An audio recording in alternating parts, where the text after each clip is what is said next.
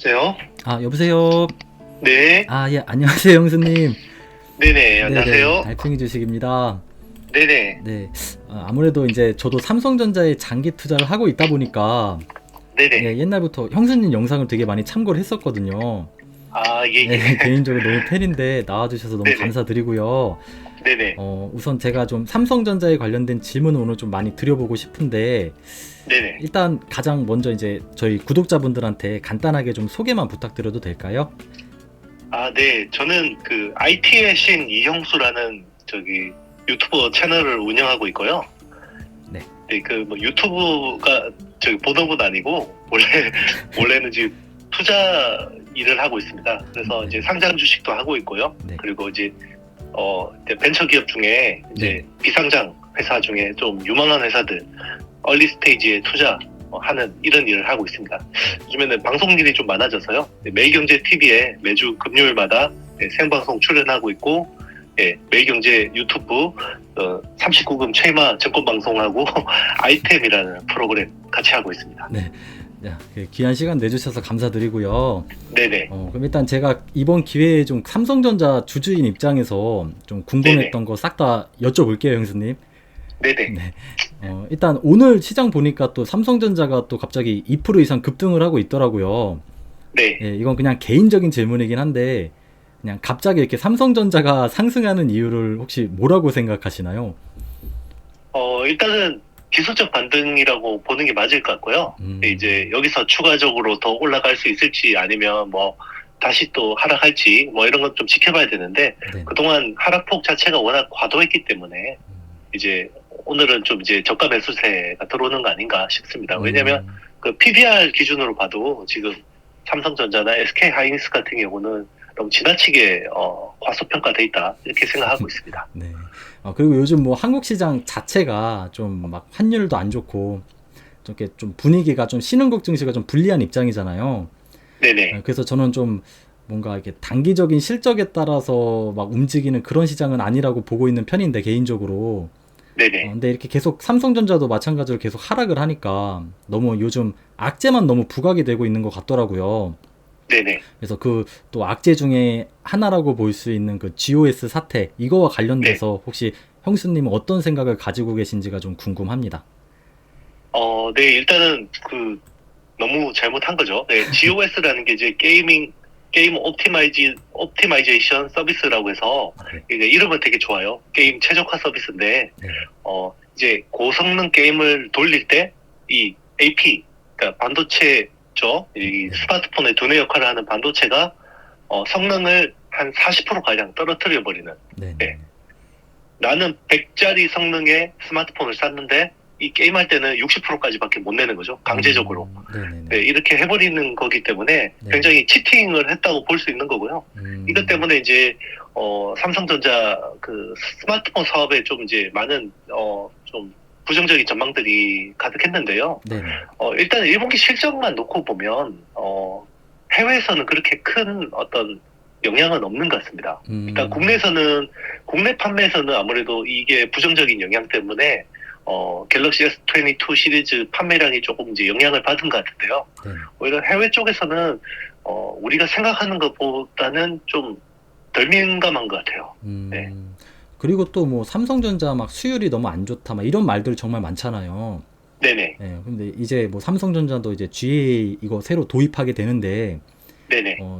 형수님께서 이제 삼성전자 수율 문제에 대해서는 어떻게 바라보고 계신지도 궁금합니다. 네, 이게 너무 우리나라 같은 경우는 메모리 반도체 산업 중심으로 서플라이 체인이 돼 있다 보니까 네네. 이 애널리스트나 이제 언론 기자들 대부분이 좀 메모리 중심의 사고 방식을 하는 것 같습니다. 그 메모리 같은 경우는 소품종 대량 생산이기 때문에 네네. 수율이 굉장히 좋습니다. 그리고 수율이 좋지 않으면 이 사업을 하는데 큰 어려움이 있는 거거든요. 네네. 원래 디램이라는 반도체 자체가 이 인텔이라는 회사가 만든 겁니다. 네네네. 그런데 인텔이 디램을 하고 있지는 않죠. 왜냐하면 이 디램의 주도권이 80년대 일본으로 가버렸고, 그리고 이제 90년대부터는 이제 삼성전자, 우리나라로 디램의 주도권이 온 거거든요. 네네. 그리고 이제 낸드 플래시 같은 경우도 도시바가 원래 개발한 건데 결국 삼성전자가 세계 1등이 돼버린 거고요. 네. 그만큼 이제 이 메모리 반도체라는 거는 굉장히 어떤 수요를 많이 끌어올려서 황금 수요를 만들어서 뭐 95%, 98%까지 최대한 수요를 끌어올려서 가격 경쟁력을 강화하는 게 어떤 이 비즈니스의 핵심이라고 보면요. 파운드리 비즈니스 같은 경우는 다 품종 소량 생산입니다. 네네. 그렇기 때문에 이 아주 오래된 어떤 칩들은 수율이 굉장히 높은 수밖에 없겠죠. 네. 그런데 이제 우리가 이야기하는 EUV 공정을 쓴 7나노, 5나노, 4나노 같은 경우는 그렇게 수율이 높지가 않아요. 심지어 TSMC조차도 5나노 수율은 70% 초중반 정도로 보면 되고요. 삼성전자 같은 경우는 5나노 수율이 한 60% 초반 정도로 보시면 됩니다. 그러면 TSMC는 한 72%, 73%의 수율을 가지고 40%의 영업이익을 벌고 있고요. 삼성전자 같은 경우는 5나노 수율에서 한 60% 초반대를 가지고 20%가 정도 조금 안 되는 정도의 이익을 내는 것 같습니다. 그런데 이번에 수율에 대한 이슈는 이제 5나노에서 4나노로 가면서 이게 원래 4나노는 어떻게 보면 그 공정의 메인스트림은 아니에요. 네네. 메인스트림이 아니라는 거는 결국 5나노에서 3나노로 바로 가고 싶어 하거든요. 네네. 그래서 삼성전자는 3나노 게이트 올 어라운드라는 GAA 공정에 이제 집중하고 있는 거고, 이제 그 사이에 이 일종의 하이브리드 공정 같은, 그러니까 5나노의 개선된 버전 정도가 4나노라고 보는 게 맞거든요. 네네. 그런데 이제 여기서 수율이 35%가 나왔다라는 이제 이게 언론에 보도가 됐고, 네네. 거기에다가 또 이 수율이 낮아서 퀄컴의 어떤 팹리스 어떤 수주가 TSMC로 넘어갔다, 이렇게 이제 보도가 나오면서 네. 이 삼성전자 주가에 굉장히 부정적인 어떤 영향을 주고 있는 것 같습니다. 그런데 제가 이런 업계 쪽에 저는 전자신문 기자를 이제 10년 정도 했기 때문에 네. 이 나름 업계 쪽에 네트워크가 좀 있는 편인데요. 네네. 제가 파악을 해보니까 TSMC도 5나노 수율은 70% 초중반이 맞는데 네네. 4나노 수율은 50% 정도밖에 안 되는 걸로 파악이 돼요. 생각보다 네, 엄청 좋은 건 네네. 아니네요. 그렇죠. 그런데 50%가 된다라는 거는 네네. 보통 BP가 50% 정도 됩니다. 첨단 공정은. 아. 그렇기 때문에 어쨌든 TSMC가 앞서 있는 건 맞는데 지금 언론에서 이야기하는 수준의 70%대 수율은 아닌 것 같습니다. 4나노에서는. 만약에 그래서- 예. 네네. 말씀하십시오. 네. 네네. 그래서 이게 좀 약간 그 어떤 정보하고 이 팩트하고 약간 이 노이즈가 같이 좀 혼재되다 보니까 이런 것들을 삼성전자 어떤 주가 기대감, 네네. 이 멀티플을 이렇게 다운시키는 그런 효과를 준 것 같습니다. 만약에 이제 진짜로 만약에 삼성전자의 이제 3나노 공정의 수율이나 네네. 이런 것들이 만약에 실패 좀 안 좋게 나오더라도 나중에 네네. 계속 건재할 수가 있을까요, 삼성전자가? 그거는 이제 회사 차원에서의 어떤 판단과 네네. 주가적인 판단은 좀 다를 수가 있을 것 같습니다. 어쨌든 뭐 3나노 수율이 안 나온다고 해서 삼성전자가 어려워지는 건 전혀 없습니다. 그냥 삼성전자는 디램에서만 디램 사업에서 나오는 이익만 해도 TSMC 전체 이익보다 많이 나오거든요. 그렇죠. 예. 네네. 그렇기 때문에 뭐 충분히 메모리에서 돈을 벌어서 이 그 파운드리 쪽에 자꾸 베팅을 할 수 있는 어떤 재무 구조가 돼 있는 거고요. 근데 어쨌든 삼성전자가 작년에 올해 상반기 내에는 3나노 GAA 양산을 탈 수 있다라고 했기 때문에 네네. 그 기대감이 깨진다라는 거는 주가적인 측면에서는 좋지 않을 수가 있겠죠. 단기적인 이슈라고 보고 있습니다. 그리고 그 이제 솔직히 제일 걱정하고 있는 게 삼성전자 주주분들이 이제 네. TSMC와의 격차를 네. 과연 이제 시간이 계속 지나면 지날수록 뭔가 삼성전자가 좀 좁혀나갈 수 있냐, 이걸 제일 궁금해하시는 것 같거든요. 네네. 그래서 이 부분에 대해서 좀 생각이 궁금해요, 형수님의 생각이. 네. 원래 TSMC하고 삼성전자 파운드리의 어떤 미세공정 기술은 네네. 14나노까지는 삼성전자가 오히려 좀 더 앞서 있었습니다.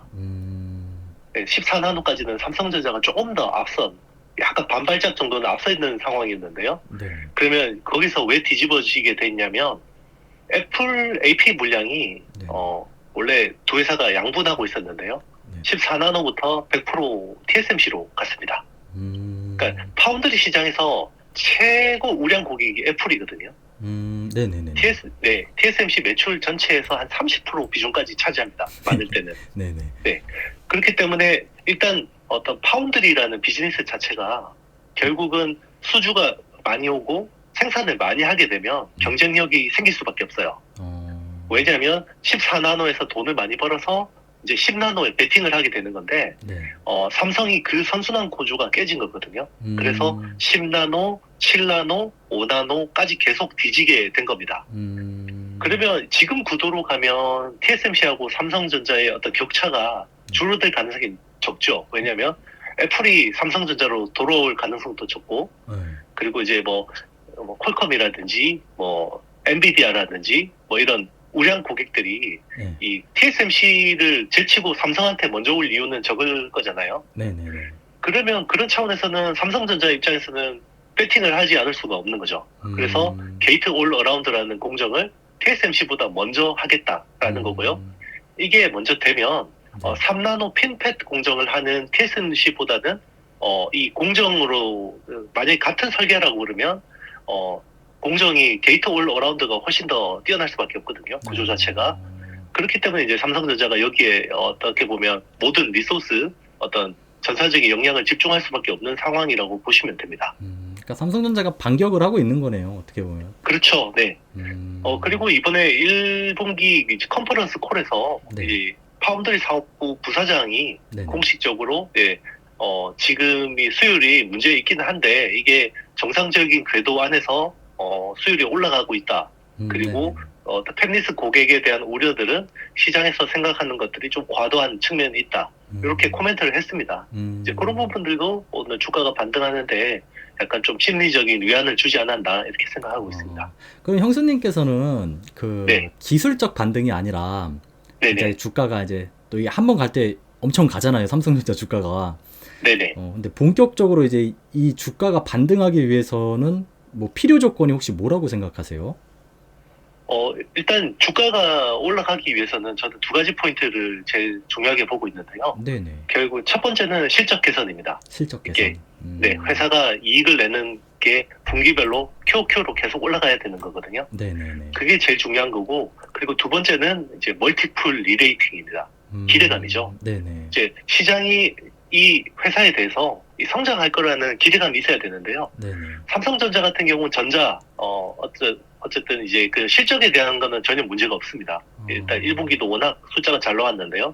결국 주가가 못 가는 부분은 멀티플 리레이팅에 대한 어떤 기대감이 너무 낮아져 있다라는 거고요.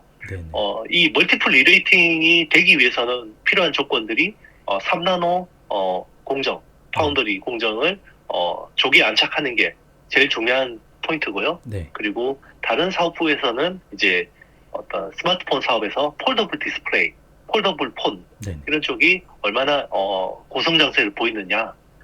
작년에 한 750만 대, 800만 대 정도를 출하를 했는데 올해는 진짜 1600만 대, 1800만 대를 만들어낼 수 있느냐, 팔 수 있느냐, 이게 어떻게 보면 삼성전자 주가에서 중요한 포인트가 아닐까 생각합니다.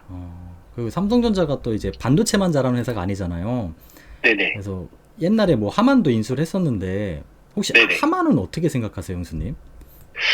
일단은 이제 하만 같은 경우는 그 인포테인먼트 쪽에 좀 집중된 회사죠. 삼성전자가 이제 인수한 회사고, 하만카돈이라고 해서 이제 고급 스피커 쪽으로 이제 굉장히 잘하는 회사인데, 일단 삼성전자의 기술하고 하만의 영업력이 더해지면서 이제 어떤 디지털 콕핏이라는 이 자동차가 전투기 조종석 같은 그런 안락함을 주는 어떤 그런 첨단 어떤 그 모델들을 내놨는데요.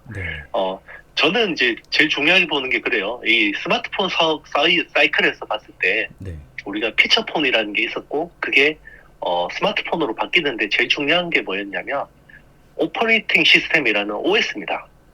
OS요? 네네, 그렇죠. 원래 피처폰 때는 OS라는 게 없었죠. 그런데 이게 스마트폰이 되면서 안드로이드라는 OS가 장착이 되기 시작했고, 애플 같은 경우는 iOS라는 이제 그런 자체 OS가 채택이 된 거고, 그 OS를 기반으로 AP가 설계가 됩니다. 스마트폰의 두뇌 역할을 하는.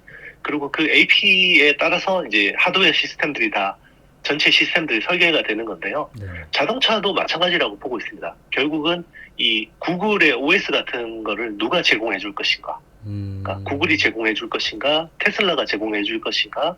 아니면 엔비디아가 제공해 줄 것인가? 라는 게 중요한 거고요. 네. 그걸 기반으로 삼성이 스마트폰 시장에서 뭔가 어떤 브레이크 스루를 만들어낼 수 있었던 거는 OS는 하지는 않지만 그 OS에 가장 최적화된 AP를 직접 설계한 거거든요. 네네. 그게 엑시노스라는 거고, 그러면 자동차 쪽도 마찬가지라고 보고 있습니다. 기존의 자동차는 깡통차라고 보고요. 이게 스마트카가 되려면 결국 OS와 AP가 중요한데, 그러면 그 OS를 제공하는 업체하고 삼성이 어떻게 엑시노스 오토라는 AP를 얼마나 잘 만들어낼 수 있을지, 그게 결국 하만의 어떤 비즈니스를 끌고 가는데 제일 중요한 포인트가 아닐까 생각합니다. 그럼 전체적으로 삼성전자 이제 M&A 전망에 대해서는 어떻게 생각하세요? 일단 지금 같은 경우는 네. 그 어떤 삼성이 인수할 만한 회사들이 너무 가치가 비싸져 있습니다. 아, 지금은요? 네네. 뭐 항상 이야기 나오는 게 뭐 차량 반도체 2등 업체 NXP가 네네. 이제 항상 거론이 되고, 뭐 그리고 ARM을 인수를 하고 싶겠죠. 그런데 ARM 같은 경우는 어떤 반도체 설계 핵심 코어를 제공하는 회사이기 때문에 네. 어떤 반독점에 대한 이슈들이 있습니다. 그래서 결국 퀄컴도 인수를 하려다가 좌절했고, 엔비디아도 결국 좌절하고 말았기 때문에 이제 이런 것들을 인수하기 위해서는 이제는 예전처럼 돈만 있다고 살 수 있는 것도 아니고, 그리고 산다고 해도 너무 가격이 비싸져 있기 때문에 네네. 어쨌든 지금 삼성전자가 M&A를 하는 것은 되게 중요한 상황이지만, 회사 개인적으로 봤을 때 100조의 자금이 있지만 이거를 배팅하기는 좋은 시점은 저는 아니라고 보고 있습니다. 아, 오히려 그래서, 지금 당장은 네네. 별로다. 네네, 그렇죠. 그리고 M&A라는 거는 아무도 모르게 어떤 군사 작전처럼 네. 순식간에 해야 되는 거지, 이렇게 막 이렇게 이야기가 흘러나오고 냄새가 나는 가운데서 하게 되면 네. 저 별로 성공적이지 않는 경우가 많습니다. 아, 되게 좋은 말이네요. 아. 네네. 그리고 또 개인적으로 궁금한 게 하나 더 있는데요. 네네. 그 인텔의 사파이어 레피즈 이거 출시 이게 서버 디램 가격의 흐름은 어떻게 보고 계시는지 궁금하거든요. 네. 일단 전 세계 메모리 반도체를 만약에 100이라고 보면요. 네네. 이 디램이 한 60 정도 되고요. 낸드 네. 플래시가 한 40 정도 됩니다. 아. 그런데 이제 메모리 반도체에서 우리가 이익을 많이 내는 거는 대부분 디램에서 냅니다. 낸드 플래시에서 이익을 내는 회사는 전 세계적으로 봐도 삼성전자 정도밖에 없거든요. 나머지 회사들은 거의 BEP 정도거나 적자를 내는 상황입니다. 네네. 그래서 지금 메모리 이익에서 제일 중요한 게 어떤 디램인데요. 네. 그러면 디램의 수요처를 놓고 보면 디램 수요에서 가장 큰 부분을 차지하는 게 스마트폰입니다. 스마트폰이 보통 한 40% 정도를 차지하고요. 네. 그리고 그 다음에 서버가 한 36에서 38% 정도 비중을 차지합니다. 그리고 노트북 PC가 한 13% 정도를 차지하는데요. 지금 그런데 상황 자체가 노트북 PC는 어떤 언택트 이슈가 어떤 마무리되면서 피크아웃 했다고 봐야 되는 거고요. 네네. 더 이상 이제 리오프닝이 되면 집에서 재택근무하면서 노트북 PC를 사는 수요들은 많이 줄어들 수밖에 없는 거고, 네네. 그리고 스마트폰 같은 경우는 지금 중국의 어떤 코로나19로 인한 셧다운, 그죠? 네네. 락다운이 너무 심하기 때문에 중국의 스마트폰 생산 공장이 돌아갈 수가 없는 상황이죠. 그러면 결국 그 메모리 디램을 납품하는 삼성전자나 SK 하이닉스 입장에서는 지금 우려가 많은 상황인데, 그나마 지금 이런 우려들을 상쇄할 수 있는 부분이 결국 서버용 디램입니다. 그게 인텔 사파이어 레피즈에 맞춰서 이제 DDR5라는 어떤 설계가 바뀐 디램이 적용이 되는 거고요. 네네. 그게 어떻게 보면 우리 메모리 시장의 어떤 구세주 같은 역할을 하지 않을까 이렇게 기대하고 있습니다. 그 카옥시아 생산 차질 때문에 이 낸드 네네. 가격이 오를까요? 네. 키옥시아는 이제 원래 도시바에서 이제 낸드 플래시 사업부가 이제 스핀오프에서 나온 회사고요. 네네. 세계 2등 업체입니다. 세계 2등 업체인데 최근에 반도체 팹 오염 사고가 있었어요. 그래서 네네. 그게 올해 전체 어떤 그 낸드 플래시 어떤 공급의 한 10% 내외의 어떤 차질을 줬거든요. 네네. 그래서 실제로 그 스팟 가격이라 그러죠. 이제 그 고정 거래 가격이 아닌 스팟 가격 시장은 굉장히 팍 튀어 올랐고요. 네네. 그러면 이제 고정 거래 가격을 이제 그 주요 업체하고 그 계약을 하잖아요. 네네. 이번에 낸드 플래시 가격, 고정 거래 가격이 굉장히 어떻게 올려받을 가능성이 굉장히 높다고 보고 있습니다. 그래서 최근에 이제 뭐 그 인텔의 낸드 플래시 사업부를 인수한 SK 하이닉스가 좀 이런 부분에서 수혜를 보게 되는 거고요. 그리고 전 세계 어떤 낸드 플래시 시장의 한 35%, 40%를 삼성전자가 차지하고 있기 때문에 네네.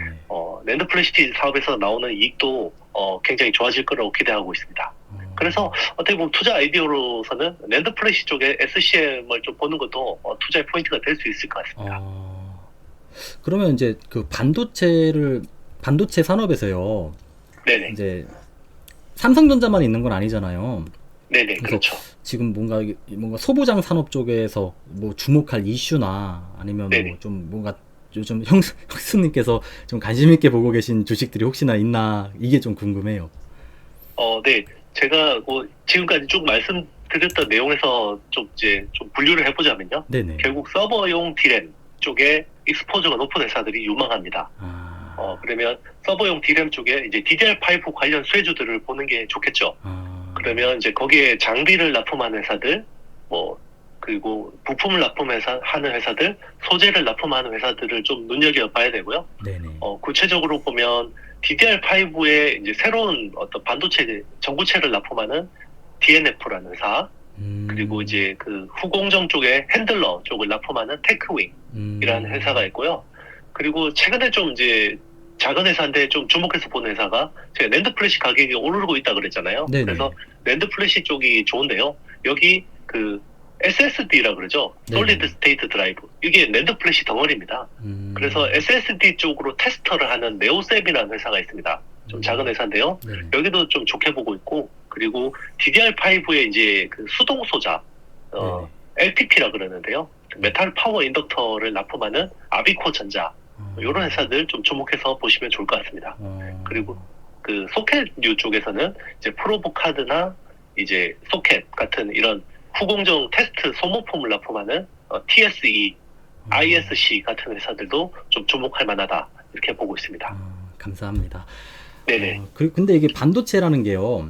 네네. 이게 뭐 3나노, 2나노, 1나노 막 이렇게 다 있잖아요. 네네. 1나노 다음엔 뭐 다른 소재나 공정 뭐 어떤 게 있을까요? 일단 지금 전공정 쪽은 네. 거의 물리적인 한계에 거의 와 있다고 보는 게 맞거든요. 물리적인 한계가 와 있다. 네네. 네. 왜냐하면 이 전자라는 게 눈으로 본 적이 없잖아요. 아무도 전자라는 게 눈으로 본 사람은 없거든요. 그런데 이 전자를 물리적으로 제어할 수 있는 이 한계점이 거의 2나노 정도로 보고 있습니다. 2나노 정도가요? 네네. 네. 그래서 지금 3나노 다음에 되면 네. 이렇게 2나노로 거의 갈 텐데요. 네네. 그러면 2나노 다음은 1나노라고 생각하시잖아요. 네네. 네, 2나노 다음에 1나노로 못 갑니다. 한계가 있다. 그래서 네네. 그래서 2나노 다음에 옹스트롬이라는 단어를 쓰기 시작합니다. 그래서 나노라는 단어가 없어지고요. 네네. 2나노부터는 그 다음부터는 1.8나노가 되는 거죠. 정확하게 이야기하면 1.8나노가 18옹스트롬입니다. 그래서 옹스트롬이 되는 거고요. 참고로 이제 이게 여기서 좀 투자 아이디어를 하나 드리자면요. 네. 5나노에서 3나노로 가는데 네. 양산 설비가 아니라 연구개발비가 얼마나 들었는지 감이 오실까요? 잘 안 오는데요. 네, 50조가 들어갑니다. 50조요? 네, 연구개발비만. 그러면 3나노에서 2나노로 가는 건 얼마나 더 늘어날지 지금 계산도 안 되는 거죠. 맞네요. 그리고 우리나라 한 해 예산, R&D 예산이 76조입니다. 그러면 이게 한 기업이 이제는 하기에는 네. 너무 어렵다는 거예요. 그래서 그리고 이게 만약에 미세 공정을 잘못 진전시키면 네. 회사가 가지고 있는 현금, 삼성 같은 회사도 100조를 금방 날릴 수가 있는 거예요. 실패를 하면. 네. 진짜 신중해야겠네요. 네네, 위험한 거죠. 그래서 지금 그러면 반도체 업체들은 어떤 생각을 하고 있냐면요. 네네. 전공정 쪽을 이제는 공격적으로 뭔가 3나노 이후부터 공격적으로 가기보다는 네네. 후공정 쪽을 좀 개선하는 쪽으로 가고 있습니다. 그래서 후공정 쪽에 투자를 많이 하고 있고요. 그게 어드밴스드 패키지라는 기술인데요. 네네. 이번에 애플 M1이라는 칩이 나왔잖아요. 이제 맥북에 쓰이는 M1이 나왔고, 네네. 그리고 M1 Max라는 칩이 나왔고, 그 M1 Max를 네. 두 개로 이어붙인 게 M1 울트라라는 칩이 나왔는데요. 네네. 그 우리 쉽게 생각하면 그냥 칩 2개 이어 붙이는 게 무슨 대단한 기술이냐라고 생각하실 수가 있잖아요. 네. 그런데 그 칩 2개를 이어 붙여서 그 성능이 100 2개를 붙여서 180% 성능이 나오거든요. M1 울트라가. 그런데 이거는 엄청난 겁니다. 네. 칩 2개를 패러럴하게 붙여서 네네. 성능을 이 180% 나오게 하는 게 굉장히 어려운 거예요. 그런데 그게 가능했던 이유가 그 칩 간의 그 사이에 네. 이 실리콘 브릿지가 있는데요. 네네네. 그 인터포저라는 걸 쓰는데 그 기술이 엄청난 거예요. 그래서 앞으로는 이런 후공정 쪽에 투자되는 기술들이 많을 거고 그런 후공정 관련된 업체들을 좀 주목해 볼 만하다라고 생각하고 있습니다. 그래서 어드밴스드 패키지 쪽에서 이제 국내에 주목할 만한 회사는 네네. 이제 장비 회사고요. 네네. 한미 반도체라는 회사하고요. 그리고 레이저 장비를 하는 이오 테크닉스라는 회사를 좀 주목해서 보시면 좋을 것 같습니다. 저 공부 좀 많이 해봐야겠네요. 하나 반도체가 질문 드리면 네. 지금 2개 그 이상을 답변해 주셔가지고 이제 거의 다 질문을 드린 것 같거든요, 형수님. 네네. 마지막으로 그냥 솔직히 요즘 막 주식시장이 너무 안 좋잖아요. 네네. 그래서 뭐 저도 그렇지만 뭐 저희 구독자분들 중에서도 장기 투자를 하고 계신 분들이 정말 많은데 이런 조정장에서 특히 반도체 주식들의 뭔가 대응 방법이 있다면 어떻게 대응하는 게 좀 좋아 보이는지 물론 뭐 주가의 미래는 다 뭐 예상하긴 힘들긴 하지만 뭔가 이영수 대표님의 인사이트가 좀 궁금해요. 저 같은 경우는 이제 보통 반도체 같은 경우는 네네. 어떤 정상적인 시장 상황에서는 네. 대부분 같이 오르고 같이 내립니다. 섹터가. 그래서 섹터를 이렇게 쫙 펼쳐놓으면 네네. 이게 평균적인 수익을 내거나 평균적인 수익을 까먹거든요. 네네네. 그런데 지금은 어떻게 보면 이 반도체 섹터 자체의 문제라기보다는 네네. 결국 그 수요에 대한 문제, 이 매크로에 대한 문제들이 지금 네네네네. 문제가 되는 거잖아요. 네네. 우크라이나 러시아 전쟁 사태나 아니면 뭐 지금 그 중국 셧다운, 네네. 락다운에 대한 이슈들. 그렇기 때문에 지금은 그 섹터 내에서 종목을 압축하고 섹터를 압축하는 노력들이 중요할 것 같습니다. 그래서 압축을. 제가 말씀드린 내용처럼 DDR5 관련주라든지 네네. 아니면 상대적으로 업황이 괜찮은 랜드 플래시, 네네. SSD 이런 쪽에 관련된 노출도가 높은 회사들 중심으로 좀 실적도 잘 나오고 그리고 상장성도 있는 회사들 중심으로 압축을 한다 그러면 네네. 지금 시점에서는 올 하반기쯤에는 괜찮은 수익률을 거둘 수 있지 않을까 그렇게 기대하고 있습니다. 뭐 삼성전자도 아직 저평가된 것처럼 보고 계시고요. 네, 맞습니다. 지금은 오히려 대용주가 쌉니다. 중소형주보다는. 그래서 그런데 대용주는 보통 삼성전자 같은 주식은 네네. 국내 기관이나 국내 개인이 끌어올리기가 힘들거든요. 그러면 결국 외국인들이 올려줘야 돼요. 그쵸, 이런 그쵸. 큰 종목들은. 네네. 그러면 그거는 이제 어떤 글로벌 수급에서 봐야 되는 거죠. MSCI 신흥국 지수 비중이 늘어나는 때가 이제 그런 어떤 포인트가 될 텐데 네네. 그 시점을 뭐 알 수가 없는 거죠. 네, 그러니까 시간이 약이네요. 맞습니다. 네, 결국 장기 투자라는 거는 네네. 좋은 기업을 원더풀한 가격에 사는 거라고 보고 있는데요. 네네. 지금은 좋은 기업을 원더풀한 가격에 살 수 있는 시점이 아닌가 이렇게 보고 있습니다. 알겠습니다. 형수님 진짜 귀한 시간 내주셔서 너무 감사드리고요. 네네. 저도 좋은 기회 주셔서 네. 너무 감사합니다. 네, 다음에 또 이게 저희가 되게 삼성전자 주주분들이 되게 많거든요. 구독자분들 중에. 그렇죠. 네, 네. 국민 주식이니까요. 네. 다음에 또 기회가 있다면 다시 한번 또 모시고 싶습니다, 형수님. 네, 네, 기회 주시면 또 나오겠습니다. 네. 네, 마지막으로 저희 구독자분들에게 하시고 싶은 말씀이나 뭐 채널에 대한 소개나 이런 거 좀 하시고 마무리하시면 될 것 같거든요. 네. 우리 투자자분들 다들 힘드실 텐데요. 네. 결국 그런데 뭐 투자라는 거는 이게 뭐 단기적으로 보는 게 아니라 우리 이제 저금리 저성장 시대에 우리가 평생 해야 되는 거거든요. 그래서 우리가 좋은 시장도 봤고 이렇게 극도로 안 좋은 시장도 봤기 때문에 인생에 희노애락이 있듯이 우리 투자도 희노애락이 있는 거고요. 네. 이런 것들을 거치면서 자기도 스스로 단단해지고요. 그리고 우리 돈을 담을 수 있는 수각이죠. 우리만이 가지고 있는 그릇도 커지는 시점이라고 그런 시점이라고 생각하고 있습니다. 그래서 너무 좌절하지 마시고요. 그리고 지금 어려울수록 오히려 더 계좌를 더 들여다보고요. 더 종목을 공부하셔야 됩니다. 그리고 이런 시장에서 꼭 큰 부자들이 나오거든요. 그리고 그런 기회를 잡기 위해서는 항상 준비를 하고 있어야겠죠. 네. 다들 힘내셨으면 좋겠습니다. 네, 좋은 말씀 너무 감사드립니다. 네, 감사합니다. 벌써 30분이나 찍었네요.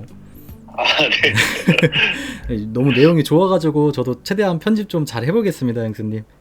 네네, 감사합니다. 네, 감사드립니다. 네. 네.